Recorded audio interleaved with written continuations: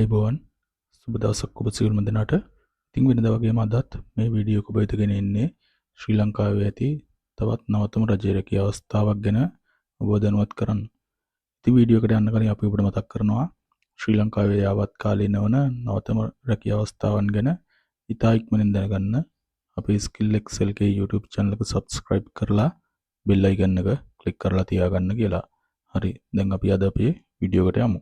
ආරක්ෂක අමාත්‍යාංශය යටතේ තියෙන රසායනික අවිසම්මුතිය ක්‍රියාත්මක කිරීමේ ජාතික අධිකාරියේ කාර්යාල කාර්ය සහායක ස්ථිර තනතුර සඳහා මේ වෙනකොට සුදුසුකම් ලත් අයදුම්කරුවන්ගෙන් අයදුම්පත් කැඳවලා තියෙනවා. ඉතින් අපි බලමු මේ තනතුර සඳහා අයදුම් කරන්නේ කොහොමද? ඒ සඳහා තියෙන උන් සුදුසුකම් මොනවද?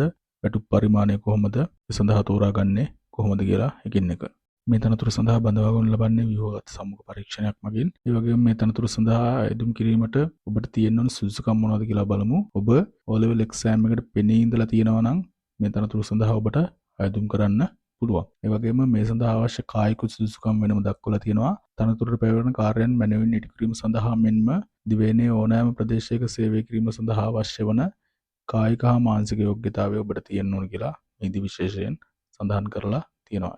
ඒ වගේම වෙනත් සුදුසුකම් කීපයකුත් මෙහිදී සඳහන් කරලා තියෙනවා. මේ සඳහා අයදුම් කරන්න ඔබ විශිෂ්ට චරිතයකින් යුක්ත වෙන්න ඕනේ සහ අයදුම්පත් කැඳවන අවසන් දිනට තනතුරට බඳවා ගැනීම සඳහා අවශ්‍ය සුදුසුකම් සෑම ආකාරයකින්ම සම්පූර්ණ කරලා තියෙන්න ඕනේ. මේ සේවයේ නියුක්ත කිරීමේ කොන්දේසි සහ සේවා කොන්දේසි කොහොමද කියලා අපි බලමු. මෙම තනතුර ස්ථිර තනතුරක් කියලා සඳහන් කරලා තියෙනවා. ඒ වගේම තනතුරේ 3 වන ශ්‍රේණියට පත් කරනු ලබන සේවකයෙකු වසර 3ක පරිවාස කාලයකට යටත්ව පත් කරනු ලබන අතර ඔහු හෝ ඇය පරිවාස කාලය තුල සිය රාජකාරී වැඩ හා හැසිරීම සතුටුදායක අන්දමින් පවත්වාගෙන ගොස් තිබේ නම් හා පළමුවන කාර්යක්ෂමතා කඩයිම පරීක්ෂණයේ සමත් වී තිබේ නම් පරිවාස කාලය අවසානයේදී තනතුරේ ස්ථිර කරනවා කියලා සඳහන් කරලා තියෙනවා. ඒ වගේම මේ සඳහා අයදුම් කරන්න නම් ඔබේ වයස් සීමාව වයස අවුරුදු 18ට නොඅඩු සහ වයස අවුරුදු 45ට නොවැඩි වෙන්න ඕනේ. ඉතින් අපි බලමු මේ තනතුරේ වැටුප් පරිමාණය කොහොමද කියලා. රුපියල් 40500කින් ආරම්භ වන මූලික වැටුපකින් මේ තනතුර සමන්විතයි.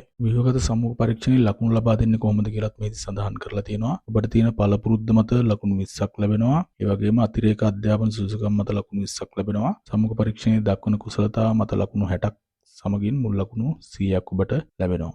විශේෂයෙන් මේ සඳහන් කරලා තියෙනවා සම්මුඛ පරීක්ෂණ ඉදිරිපත් කරනු ලබන සහතික පත්වල අදාළ කාල සීමාවන් පිළිබඳව සඳහන් නොවෙන්නේ නම් එවැනි සහතික පත්‍ර වලට අදාළ කාල සීමාවන් අදාළ ආයතන මගින් ලිඛිතව තහවුරු කරගෙන සම්මුඛ පරීක්ෂණයට ඉදිරිපත් කරන්න ඕනේ කියලා. අපේක්ෂකයන්ගේ අනන්‍යතාවය පිළිබඳව මෙහි විශේෂයෙන් සඳහන් කරලා තියෙනවා. සම්මුඛ පරීක්ෂණය සඳහා කැඳවුම් ලබන්නේ සෑම ආකාරයෙන්ම සම්පූර්ණ අයදුම්පත් ඉදිරිපත් කළ ඇති අපේක්ෂකයන් පමණයි. ඒ වගේම සම්මුඛ පරීක්ෂණයේදී සියලුම සහතික පත්වල මුල් පිටපත් හා නිසිපරිදි සහතික කරන ලද පිටපත් ඉදිරිපත් කරන්න ඕනේ.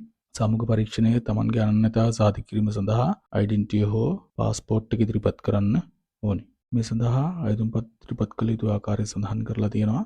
සම්පූර්ණ කරන ලද අයදුම්පත් ලේකම් ආරක්ෂක අමාත්‍යාංශය, ආරක්ෂක සේවාංශය, ආරක්ෂක මූලස්ථාන සංකීර්ණය, ශ්‍රී ජයවර්ධනපුර කෝට්ටේ කියන ලිපිණයට 2026 3/27 දිනට හෝ එදිනට ප්‍රථම ලියාපදිංචි තැපෑල්ලෙන් ඉදිරිපත් කරන්න ඕනේ. ඒ වගේම අයදුම් කිරීම සඳහා ඔබ විසින් භාවිතා කළ යුතු ආදර්ශ ආකෘති පත්‍රයක් මේ වීඩියෝගේ ඩිස්ක්‍රිප්ෂන් එකේ තියෙන ලින්ක් එකෙන් ඔබට ගිහිල්ලා ඩවුන්ලෝඩ් කරගන්න පුළුවන්. ඔබ විසින් ඒ ආදර්ශ ආකෘති පත්‍රයට අනුකූලවම ඔබේ අයදුම් පත්‍රය සකස් කරගන්න ඕනේ. A4 කොළවල මුල් පිටුවේ අංක 1 සිට 3 දක්වාත් දෙවැනි පිටුවේ අංක 4 සිට 7 දක්වාත් ඇතුළත් වන ආකාරයෙන් ඔබේ අයදුම් පත්‍රය පිළියෙල කරගන්න ඕනේ. ඒ වගේම අයදුම් පත්‍රයේ වන ලියුම් කවරයේ ඉහළ වම් කෙළවරේ රසායනික අවිසම්මුතිය ක්‍රියාත්මක කිරීමේ ජාතික අධිකාරියේ කාර්යාල කාර්යක සහායක තනතුර ස්ථිර යනුවෙන් සඳහන් කරලා එවන්න ඕනේ. මෙහිදී අයදුම් පත්‍රයේ ඔබේ අත්සන සහතික කරන්න